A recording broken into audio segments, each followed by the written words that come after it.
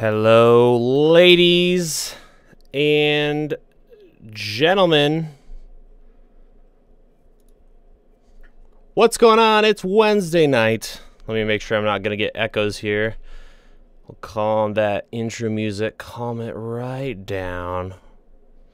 Oh, I hear myself in the background. Hang on one. Boom. There we go. How's everybody doing? We got some folks in the chat today. Elliot, Neum, Gonslavs, Zach Plays Games, Omar, Harry, Karim, Leah, Harry again, Elliot. Yeah, how are you guys doing today? It's Wednesday. Things are getting crazy here at the end of the year. You know how it goes, all that fun end of the year stuff. Thinking ahead to taxes already, which is depressing. Audio is fine. Good, good, good. Love it, love it, love it. Yeah, we're here again. I hope you guys all got your holidays. I just randomly heard something. I don't know what's going on here. I'm considering switching from OBS to Wirecast, I believe it's called, Wirecast Pro. So we might be doing that. I really want to get crazy here. What am I hearing? What am I hearing? There it is. I have stuff in the background monitoring the actual stream. So, at any rate, lots of people in the chat, which is awesome. Indonesia, North Carolina, all kinds of crazy stuff. So today, we're going to try to cover some topics, one of which is CRI, TLCI, and extended CRI, what to look for when buying lights, and how I'll be testing all future lights with this guy right here. Super excited about this. Also, right before that, I want to talk about things I would love to see invented, kind of a filmmaker's wish list to Santa, if instead of gifts you wanted things to be invented. So, and I'd love to hear you guys' thoughts on all of this, what you would love to see. We have had a ton of innovation in the last couple of years. Even just this year has been insane. So I need to do my, end of year video. But there's some things I'd love to see going forward that I think would be kind of interesting for us video people. So I'm going to pull up my notes and we're going to jump straight in. And the first thing I would love to see is a small headless video recorder. So we're used to things like the Adamus Shogun, the Blackmagic Video Assist, Convergent Design makes some recorders. But what I'd love to see, I'm trying to think if there's anything on my desk that's roughly the right size, I'll just use this tape measure as an example, is instead of a giant 7-inch monitor recorder like the Shogun that I have, that thing is huge, and I'd love to have something smaller. So if a company like Adamus could make something the size of this, maybe you could slap a battery on it. I'm just making a mess on my desk here. I'm going to steal a battery from this light. Maybe you could do something like that, right? MPF Sony battery, and you could put this on the back of a rig. You could do all kinds of stuff. Something small, kind of like their Ninja Star, but if it could do 4K, that'd be awesome, and 10-bit. And then what you could do is have an HDMI output out of this and feed it to any monitor you have. So let's say you have a nice little, like small HD focus monitor. You could record your video on this puppy, run the HDMI out of it, and that's what I mean by headless, is there's no monitor built in. It's just a small brick with maybe a tiny OLED screen letting you know that you're actually recording, navigating settings, but you could run it to any monitor. I think that would be awesome, and I'm more and more becoming a fan of video recorders because you can swap sensors out and use the recorder as kind of your brain, and boom, you got ProRes on an SD coming right out of it. So that's the first thing I love to see. Another one, I don't know why anyone hasn't done this yet. And, you could argue that, RGB bulbs would do this. But I would love to see a simple bulb, all right? It looks just like a household LED bulb. But it doesn't flicker, which a lot of LED bulbs do. And that's makes me crazy. You can't just go to like Home Depot and buy an LED bulb. Most of the time you're going to see flickering depending on your your shutter speed. So I'd love to see just an LED bulb with a little knob on the side. And the idea is I could stick those in lamps, actual household lamps. If you're filming a film or a documentary, you just pop those into the existing household lamps. You can dim them, maybe change the color temperature, and then they could have awesome little snap-on or magnetic little modifiers. So let's say you have just a floor standing lamp, right, with a big shade on it. Let's say you don't want the light to go up or down, you just want it to go out. There could be a little cap or something where you could block the light or direct the light just up. You could have little gel caps, or it could be RGB. Something like that I would imagine wouldn't be that difficult to manufacture, and I would love to be able to buy like 4 to 8 of those puppies. And then when you're doing a documentary or an interview, you can take the existing fixtures in the room, slap little bulbs in it. You guys are mentioning the hue bulbs. I know you could do that. From my understanding, the RGB bulbs that are available today can sort of work, but if you dim them at all, usually you're going to get some serious flickering and shutter issues with that. So if someone can manufacture, it could just be essentially a Philips Hue bulb that's going to do fine at any shutter speed. That would do the trick as well.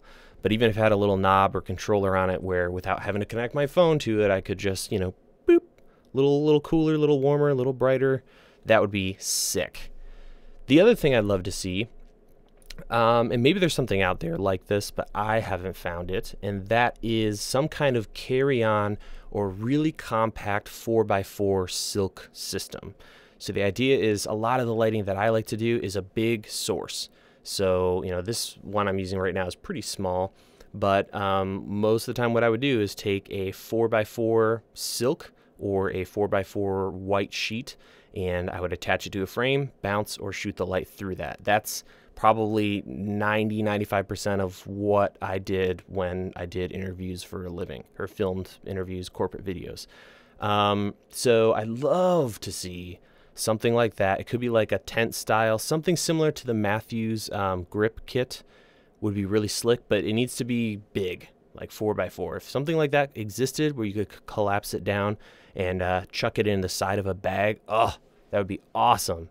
And you could just slap it on a light stand or something like that. I'm gonna check the chat here, see if I missed anything. Bart's back in the house. What up?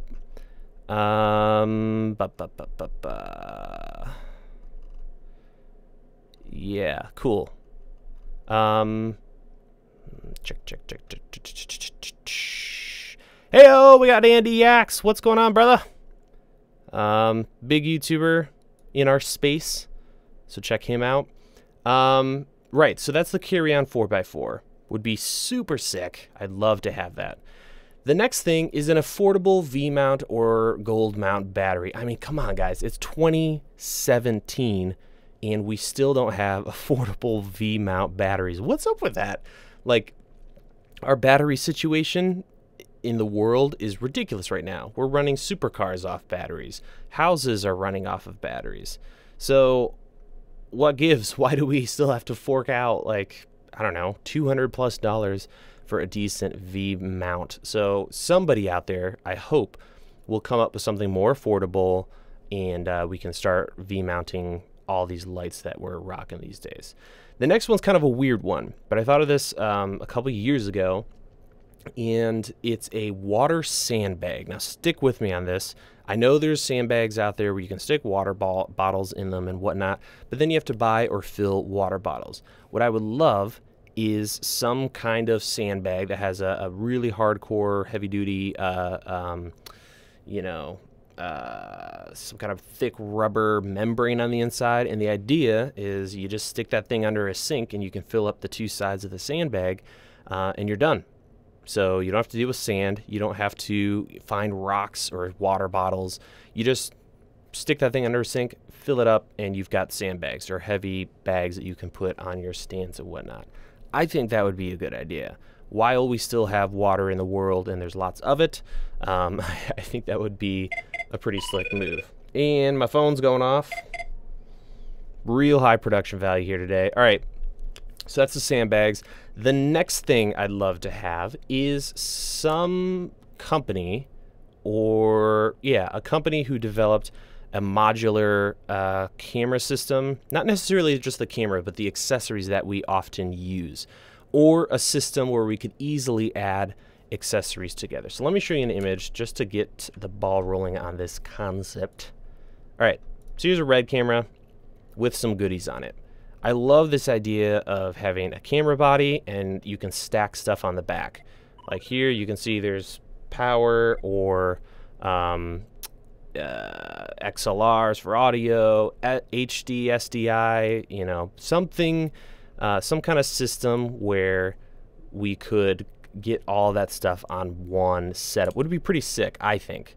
And I'd love to hear your guys' thought. And this could be as simple as, let me find something on my desk here so I can actually show you what's going on. Boom. Okay. So here's just a V-mount, right?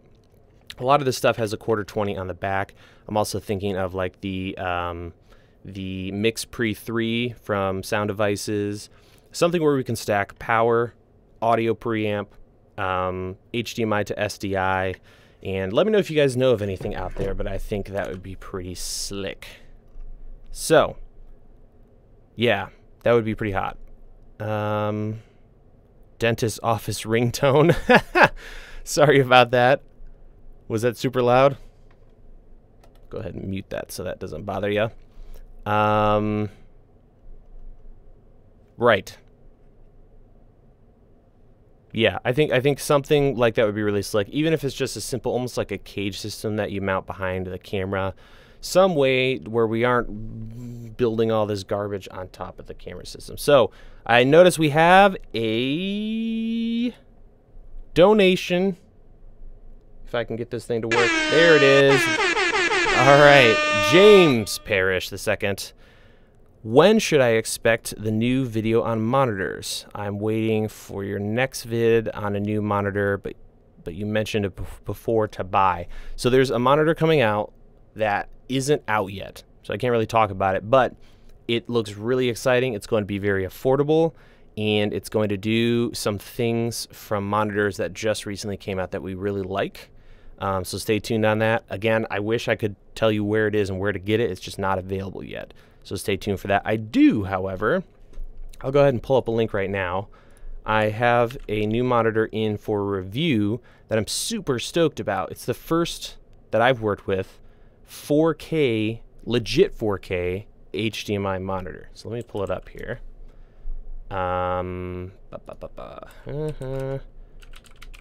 it's 12 inches, so it's a sweet like production monitor, really lightweight but really well made, and it looks incredible. I hooked it up to my GH5. It's really, really awesome. So grabbing a link for you guys and dropping it in the comment section, and we're gonna go over to Chrome and take a look for those who aren't grabbing that link. Boop,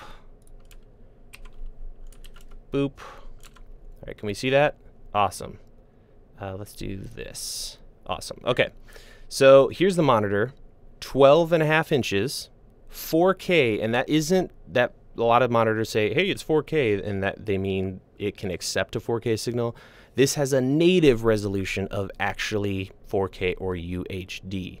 Let's see what else here. One really cool thing with this too is you can connect 4 HD cameras to this. So if you've got a little multicam setup going on, you can connect them all to this monitor, and with one single monitor, look at 4 different cameras, which is pretty dank. And 4K. So I connected it to my GH5, and with Vlog turned on, it was insanely good how much detail I could pick out, even without any LUTs or anything like that. So aside from that, it's fairly basic. It doesn't have like vector scopes and things like that. It does have false color and whatnot.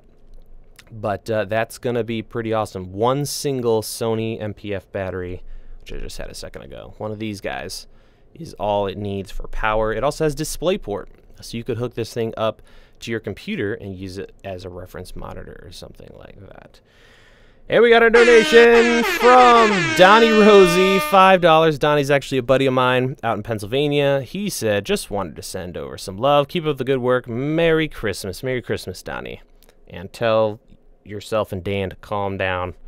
They're sending me texts and being fools. All right. Right on. So let's get back to this. All right, so I saw somewhere in here, someone was like, we need more 5-inch monitors. I have another solution for that I will hunt down for you. I have to find it. But I have this in for review as well. I'm trying to remember the name of it. I just got it.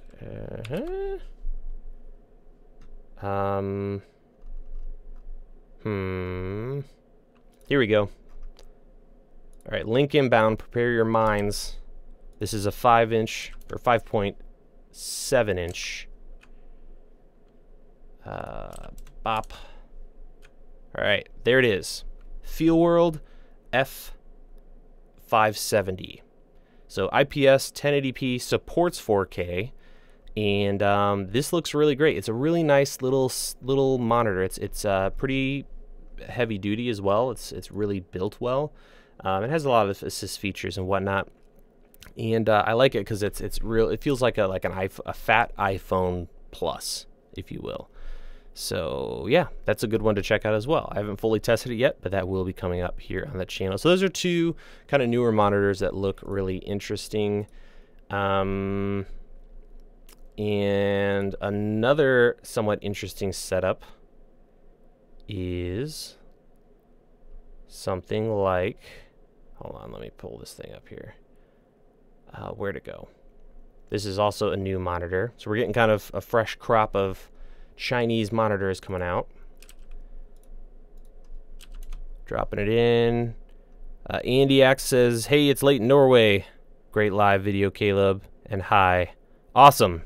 Have a good night, sir. We ought to chat sometime. And have a good Norway night. I don't know. Right, so I just dropped another one in there. Let's pull this up.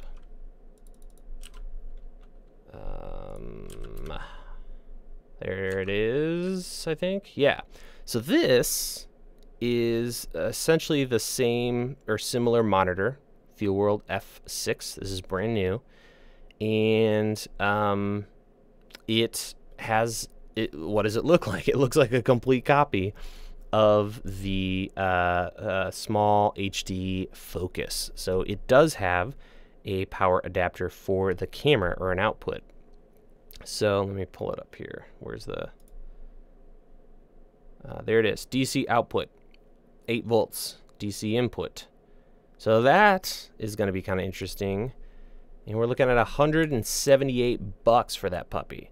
Now, this won't do everything that the Focus does, but if you don't need some of the higher end Focus things or items, that might be a good option to check out. It's pretty much a complete ripoff, the design and the look, but hey, you know, competition, right? And it is a complete knockoff, absolutely, like Trevor is saying. Yeah, it's not going to have the same quality, I would imagine. It's probably also not going to have scopes, auto flipping, and just the amazing interface, obviously, that comes with the small HD. All right, before we move on to the next thing, we got another donation from Noir. Caleb, I was wondering which lights you would choose, 2 120Ds or one 300D, or 2 Boltzmann 150s for a key, and 2 Mini 20s or Boltzmann 55 for spots. Great question. Excellent question. If you're going to be lighting really big sets, if you're doing big music videos or 4 people sitting together, lighting, all that kind of stuff, the 300D is epic. You just slap it at something white and fill your room with light. That rhymed. Yeah.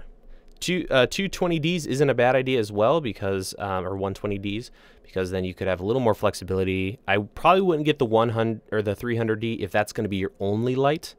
I would consider something more affordable and then a couple smaller lights if you're getting started.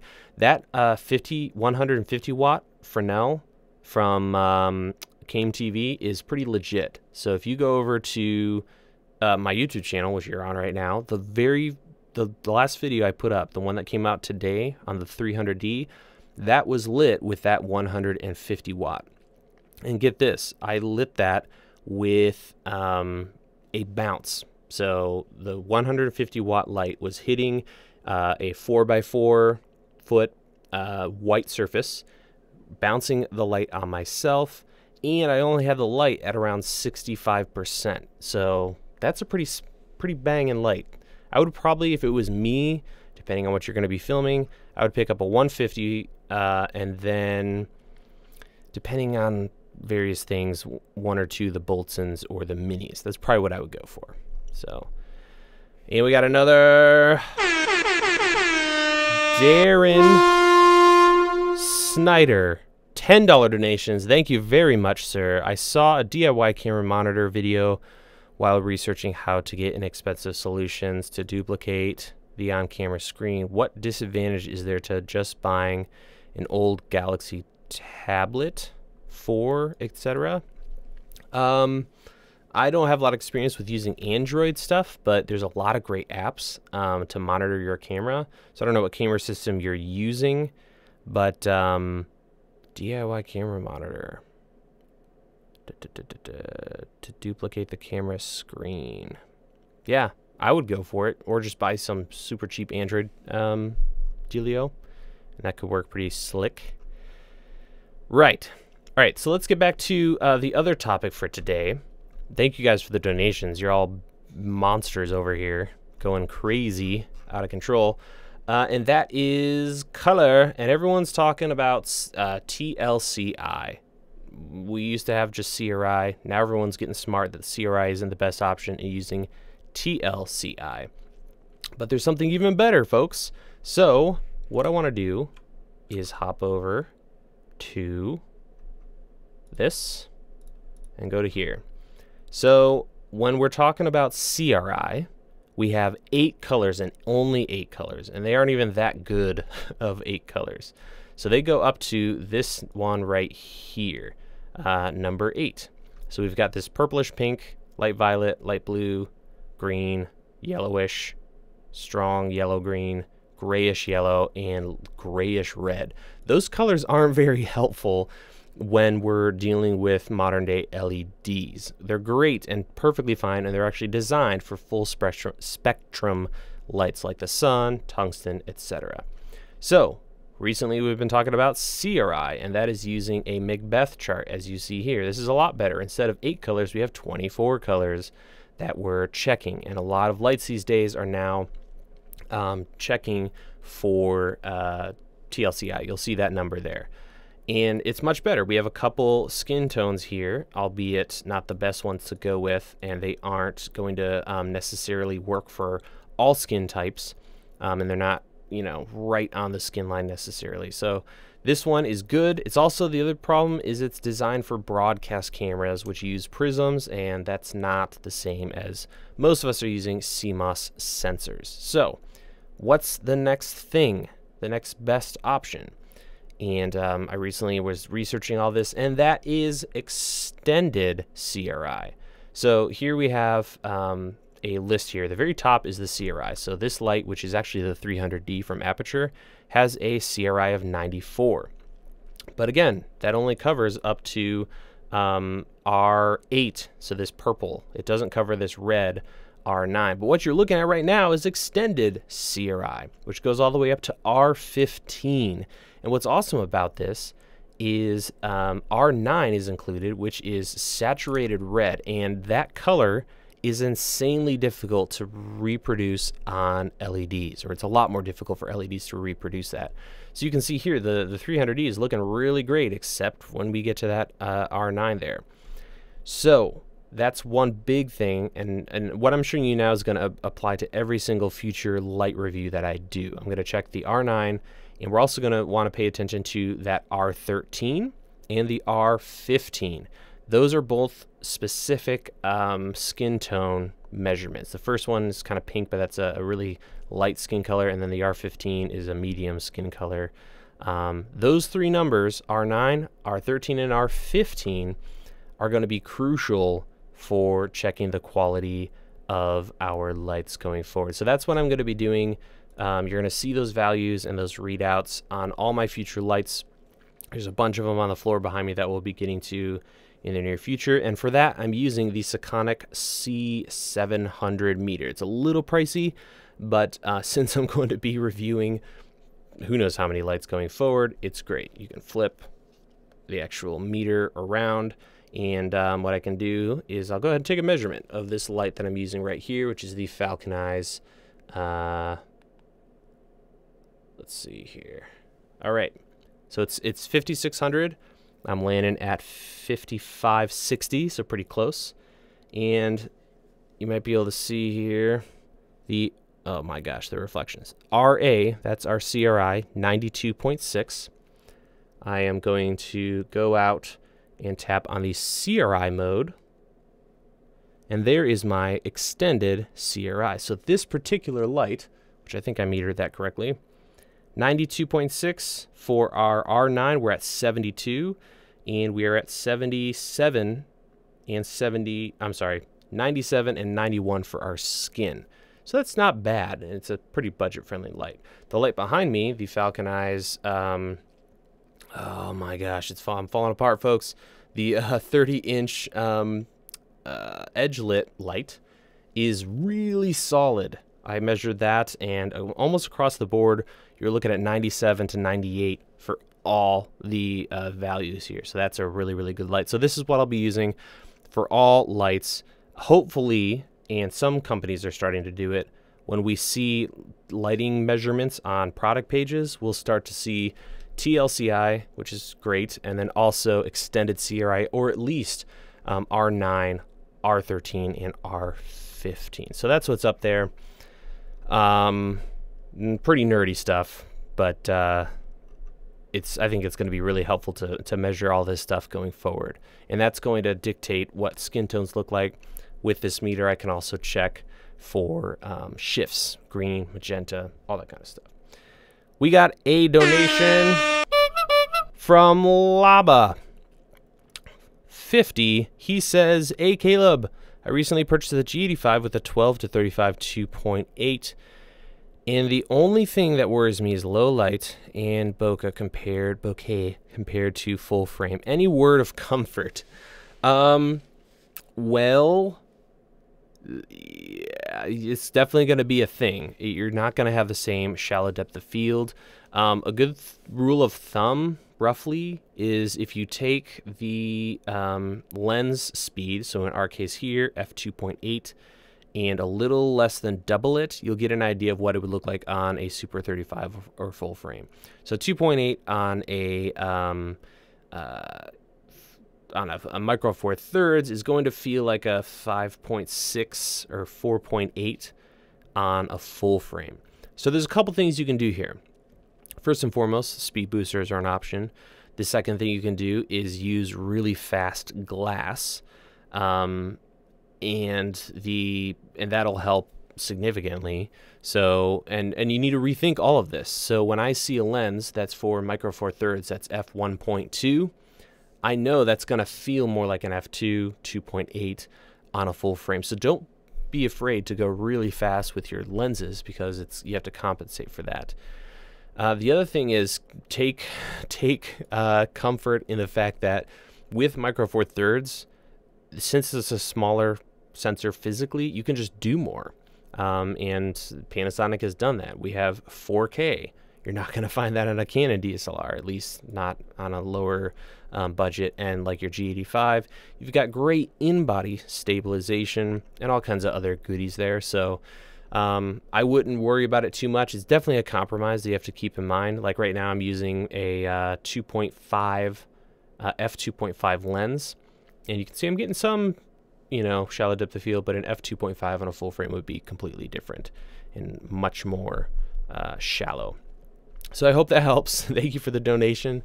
But it's definitely something to consider. That's why you want to go much faster, if possible, on Panasonic lenses. All right. Trying to catch up with you guys. Come on, Caleb, comfort him.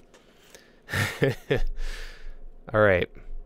Any questions? I think I got through most of the stuff I was thinking of covering. Oh, one other video that you should check out, and I'll drop a link for you guys here, is by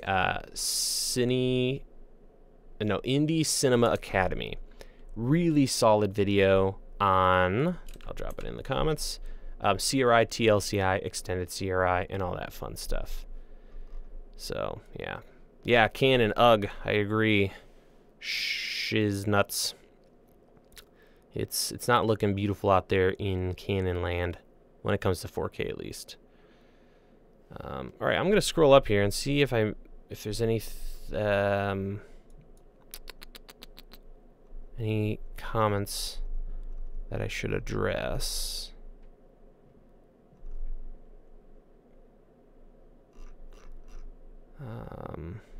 Scrolling down here.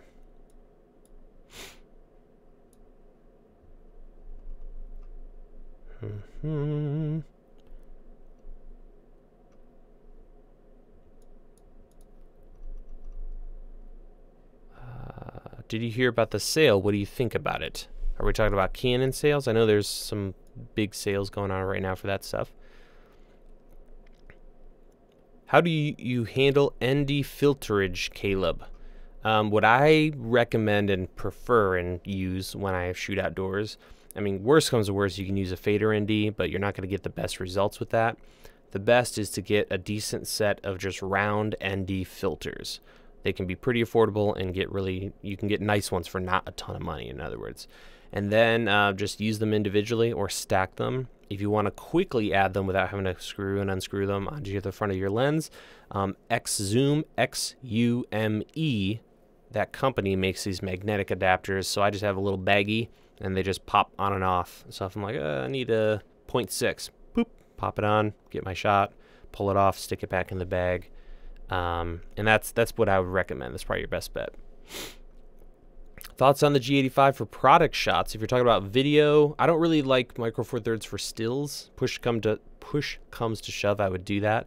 But I prefer them for video. For video, I use the G85. Every single shot you see of my face on the YouTube channel here is with a G85, except for the live streams. So I think it's a great camera. I really like it.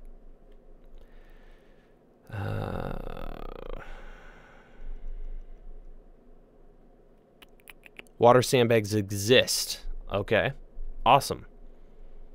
Are they the water bottle ones, or like actually put it, you know, fill it up with a sink, which would be pretty sick. Fluid head recommendations. I really like Benro. Manfrotto's also good, but I feel Benro in general, I like their BV line is really slick. So if you're looking for a solid head, I would go with them.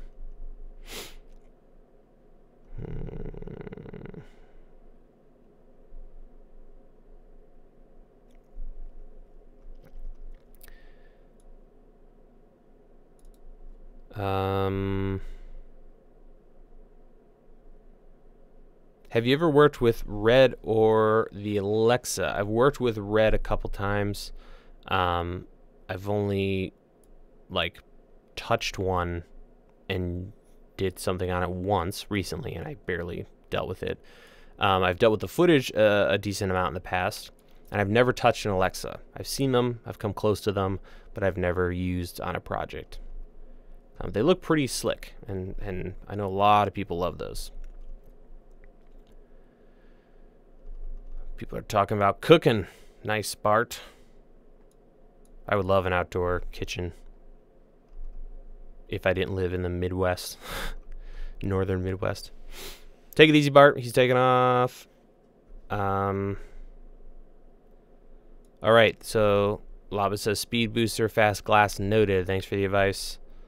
I know I can just switch to full frame, but I love the practicality, convenience, and comfortable workflow that Panasonic provides.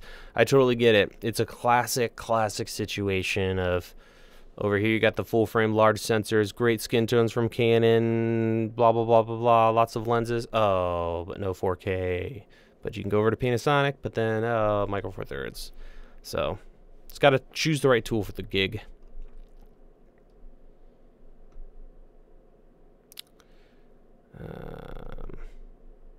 Jojo is talking about Yuri LEDs. Yes, they're super awesome. I think they're probably already being used a lot in lights that we're buying, and I'm sure that company is going to be making a ton of money since they make some really, really good LED chips.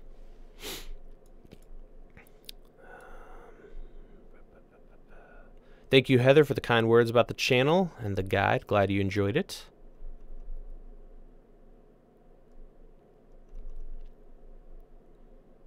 Any Boxing Day sales? I'm confused. People are talking about the A6500 sucking, or A6300 rather. Yeah, if you're behind the camera and you do short clips, that camera is awesome with some accessories.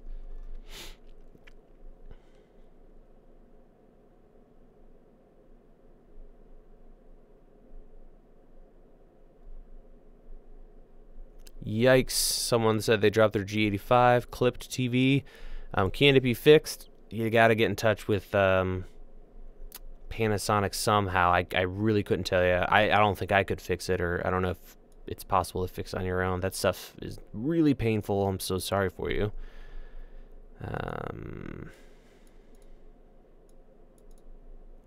Alright.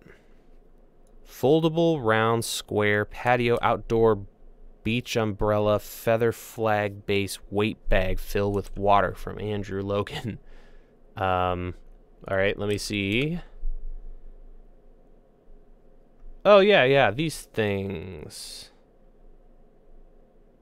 Oh, I see. So they're for like a table. Okay. That's not perfect, but it could work. Let me pull up. So we were talking about water sandbags. So just something you can fill up with a a sink and use on your light stands. And this is what Andrew sent. So thank you, Andrew. I might not trust it on set because if it got punctured, it doesn't look super thick, but that could work in a pinch.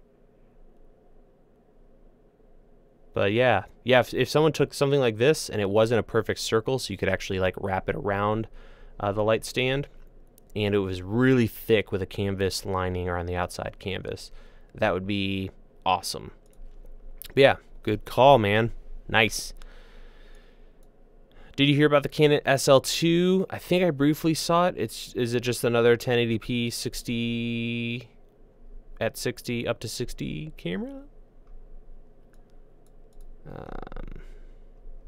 Oh, catching up here.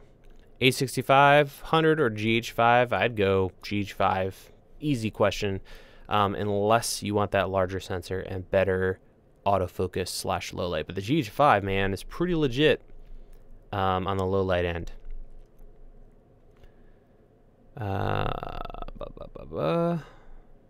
GH5S is very real.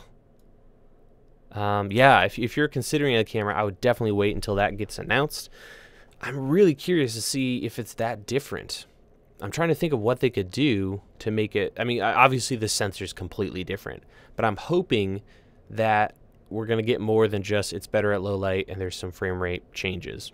I hope there's something really, a bunch of little sexy things in there that make it pretty interesting. Getting really frustrated. How can I help? Too much creativity to give this a single name. Yeah. So, great dynamic range, low light, all that good stuff.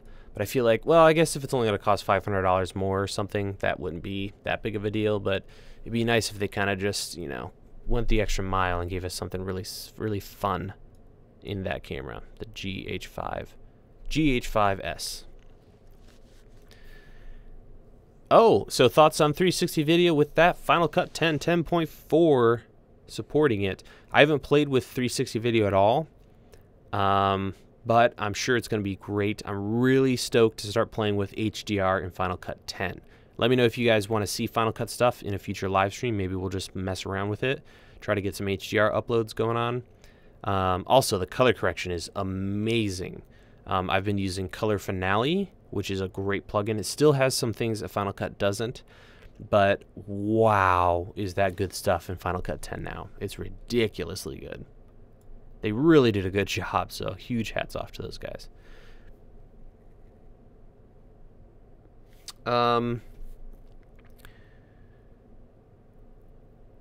That'd be great for going rafting after your shoot. So Taylor says, asks, is the Falcon Eyes 68 TD really legit? Do you use it as your main fill now? It's right behind me there. I'm cycling several lights through the main studio right now to test them and whatnot, but you can do a lot with that thing. You could bounce it. There's plenty of output right now. It's at like 20% behind me, and it's still very bright. So yeah, it's totally legit. The only time I would not recommend it is if you're going to be packing it up and moving it around a lot, because it's kind of heavy. Otherwise, if it's going to be sitting on a stand or rolling around, it's great. I would legit use this for if I was like a beauty YouTuber. Let me see if I can set this up real quick. Let me pull it closer so I can show you something.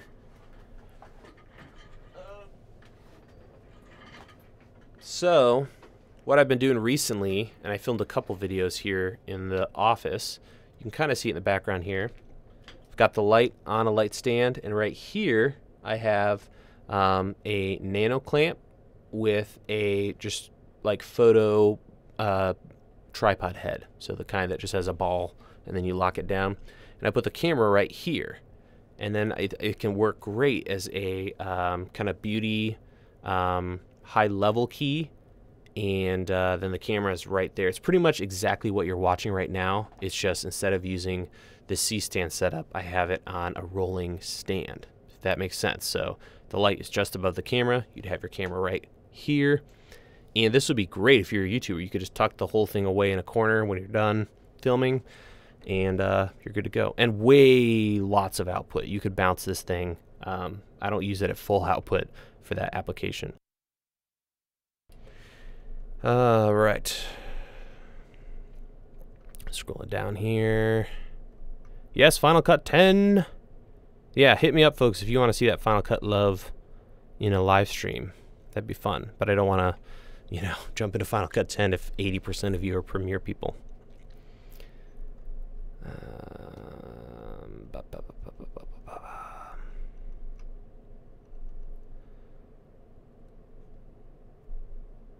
Ball head for your DSLR. Yeah, that's essentially what it is. It is.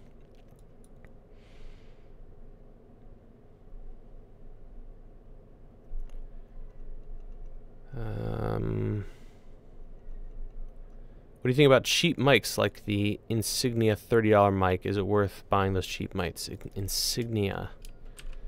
Sounds familiar.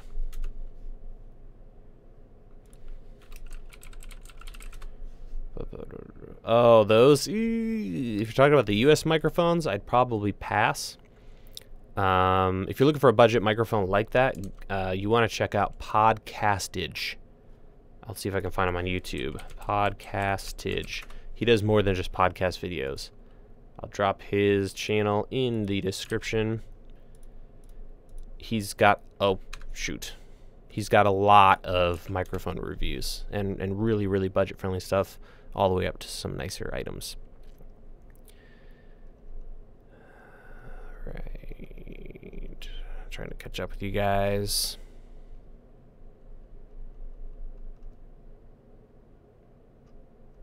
Finally catching me live. What's up, Dan's Beard? I've seen you in the comments multiple times. Thank you for joining us.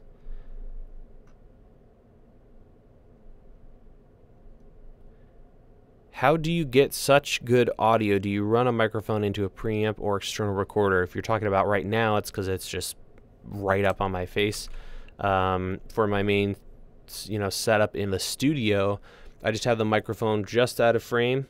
Usually what I do is I position the microphone, get it out of the frame, and then I move my other, my finger up to the edge of the frame, and I just touch the very top of the frame, and I look to see how close it is to make sure it's not going to accidentally bob in or something. And then it goes to a MixPre 3 from Sound Devices. sounds great, and that's a recorder preamp combo. But you could, for years and years, I used other preamps. The best thing you can do for your audio is keep your friends close and your microphone closer. That's always going to do the best. You can take a crap microphone. If it's close, it's going to sound way better than a great microphone further back.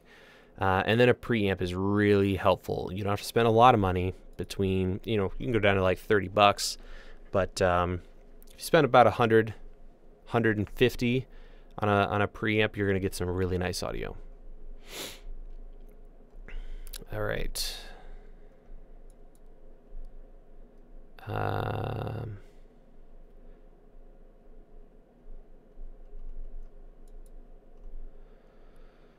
Have you shot anamorphic footage? What camera do you think is best for shooting anamorphic? I did shoot some, and I use the SLR Magic adapter. So the 2X adapter and the 133. The GH5 it's almost like they made it exclusively for anamorphic shooters. Of course, it is so much more than that. But with that 4x3 sensor, you can get some really nice stuff. And effectively, so get this. If you're recording in 4x3, which is almost square, on a GH5, when you take a 2X lens and squeeze it down onto that, you're recording in, it's like 5K roughly, so like 5,000 pixels wide. When you stretch it back out to the full 2X, you could, in theory, upload a 10K wide file. So resolution is pretty fantastic with those anamorphic lenses. So GH5 for sure. GH4 also, I can't remember the resolutions, but that's a good thing to consider. And yes, TD Ferrandans, I can never remember how to say, he says it so fast in his videos. But as Shiznuts said, that's a fantastic YouTube channel. He covers everything involving anamorphic. Your opinions on softboxes in general. I love them if I can't bounce. So I prefer the qualities of bounce lighting, but in a situation like this where I don't want to have a giant beadboard here and another light bouncing into it, softboxes are great. I would advise you get as close to them as possible, or bring them as close as you can to you in the shot. That's going to give you nicer shadows in general. Yeah, I have no problem with softboxes. If you're talking about the like really cheap fluorescent softboxes on Amazon and whatnot, you can make it work. You just might have to do some color work in post and be careful with your shutter speeds. All right.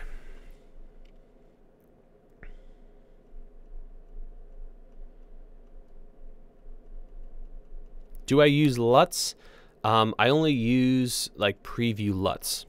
So in post-production, I mean, in general, I don't recommend using LUTs like Instagram filters, which I think a lot of people do, where you just kind of like throw LUTs at it. I think you should learn color correction, because you can do everything a LUT can do with color correction and grading. I use LUTs, so if I'm shooting log on set on my GH5, I have a button program to pull up a LUT real quick so I can see what it might look like in post and double check some highlights and things. That's how I use LUTs. But there's several different ways. I would encourage everyone to learn grading though. Oh my heavens. All right, I'm gonna jump down a little bit. Someday I'll either learn how to read fast or not lose my spot.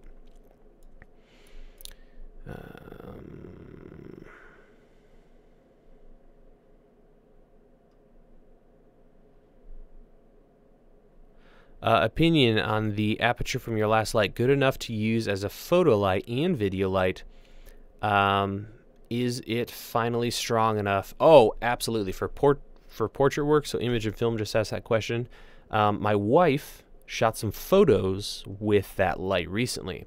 So we took the 300D, we shot it through that silk I linked to in that video, that giant 4x8 pop-up diffusion. And let me find like an example photo.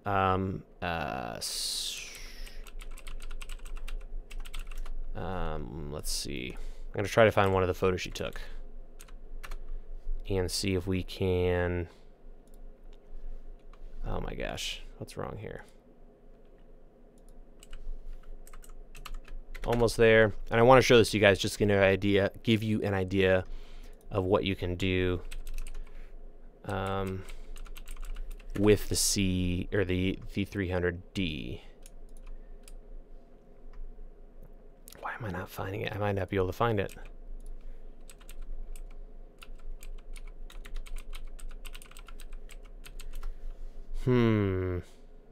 Oh, I think getting close. I'll try to find that for you. But yeah, you can easily use the 300D for photos. Absolutely, for sure, 100%. Almost there. I must find it. Okay. I think I found it. So here's some photos that were taken with the 300D. Just real chill. We just like threw the light and through the scrim or through the diffusion. Going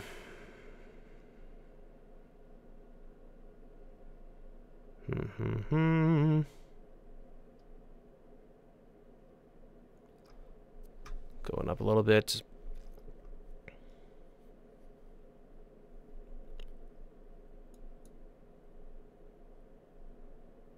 Trying to catch up with the comments, figure out where I left off.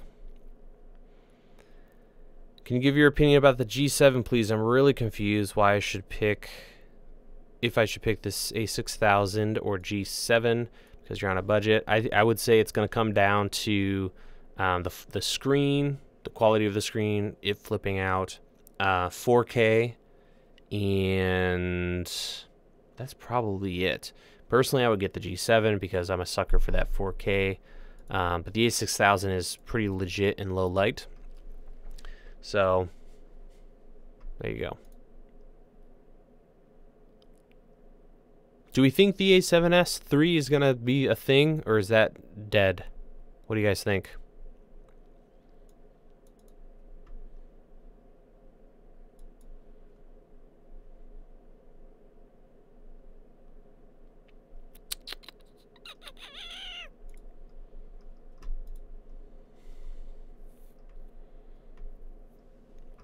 Let me pull this up here.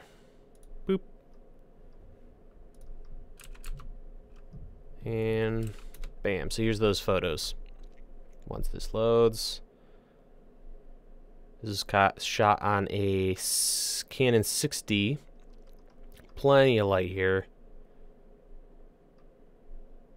And it looks really natural because we use a giant 8x4 silk diffuser. So it's pretty much acting like a massive window. I'll pull that up for you guys.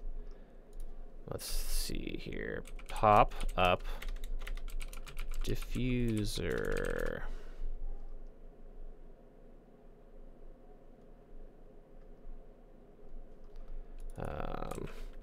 Giant reflector. Here we go. Something like this.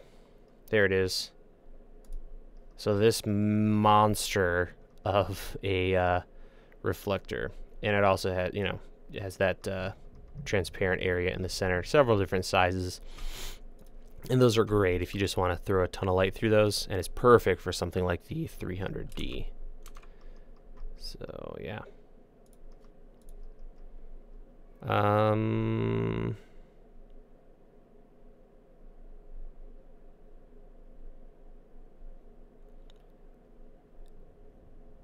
Probably dead. A7R2 is beast. I hope the A7S III happens, as Harry says, because if I'm gonna do a full frame Sony, I would want that to be real, and for me to go for that. Because the A7, correct me if I'm wrong, those of you who have used both of them, but the A7R III doesn't seem like a huge upgrade for us video folk from the A7R2. Sure, it's going to have, you know, slightly better images, better battery, yada, yada, yada, but for that kind of money, I don't know if it's necessarily worth it. All right, we'll do a couple more questions, guys, and then I got to bounce. I've seen your videos about vintage lenses. Any opinion about the pan-collar Carl Zeiss Jenna DDR51.8? I do not. Let's look that up real quick, shall we? Oh, that looks cool. M42 mount, which is really, really good. Yeah, that looks nice. If you can find someone with some video samples, I would say go for it. An M42 mount is a really nice mount to work with. It's going to work with a lot of different cameras.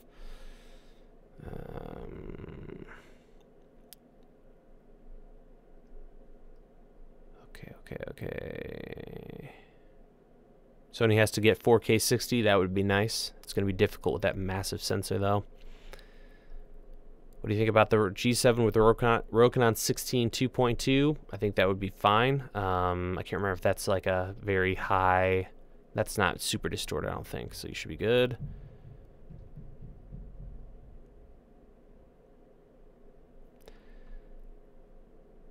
Yes, people are agreeing that the A7R III is not a big improvement or huge improvement. Budget of $500. Yeah, lighting, if you don't have a lot of lighting, I would definitely go for lighting. I think your whole kit and your budget, a huge percentage should go toward lighting, especially if you're getting started.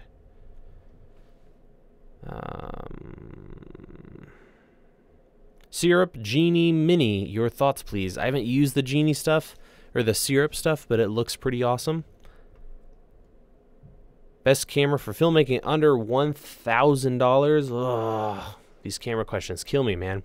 A6300 or G85 would be what I recommend. Best cheap monitor for the A6300, please, for 7 inches. For the 7-inch monitor category, check out the video I did on that. Otherwise, that monitor we talked about earlier in the chat, I'll see if I can hunt it down or shoot me a tweet or something, and I'll hook you up. Or stay tuned, because there's some good 5-inch stuff coming out, 5-inch monitors. And I think we're going to wrap it up, guys. Thank you so much for joining me. This was a good one. This was a lot of fun. I'm going to try to get some stuff going on for next year, which is only a couple of weeks away, which is pretty insane. Get some guests on here, run into the next room, do some lighting, and maybe some other things. So thank you so much for joining me. For those of you who donated your animals, craziness, really hope you guys enjoy the holidays. I don't know what my video schedule is going to be looking like, but I hope you guys have a great end of the year, and it's going to be a good one, I think, 2018. So have a great night, and we'll catch you later.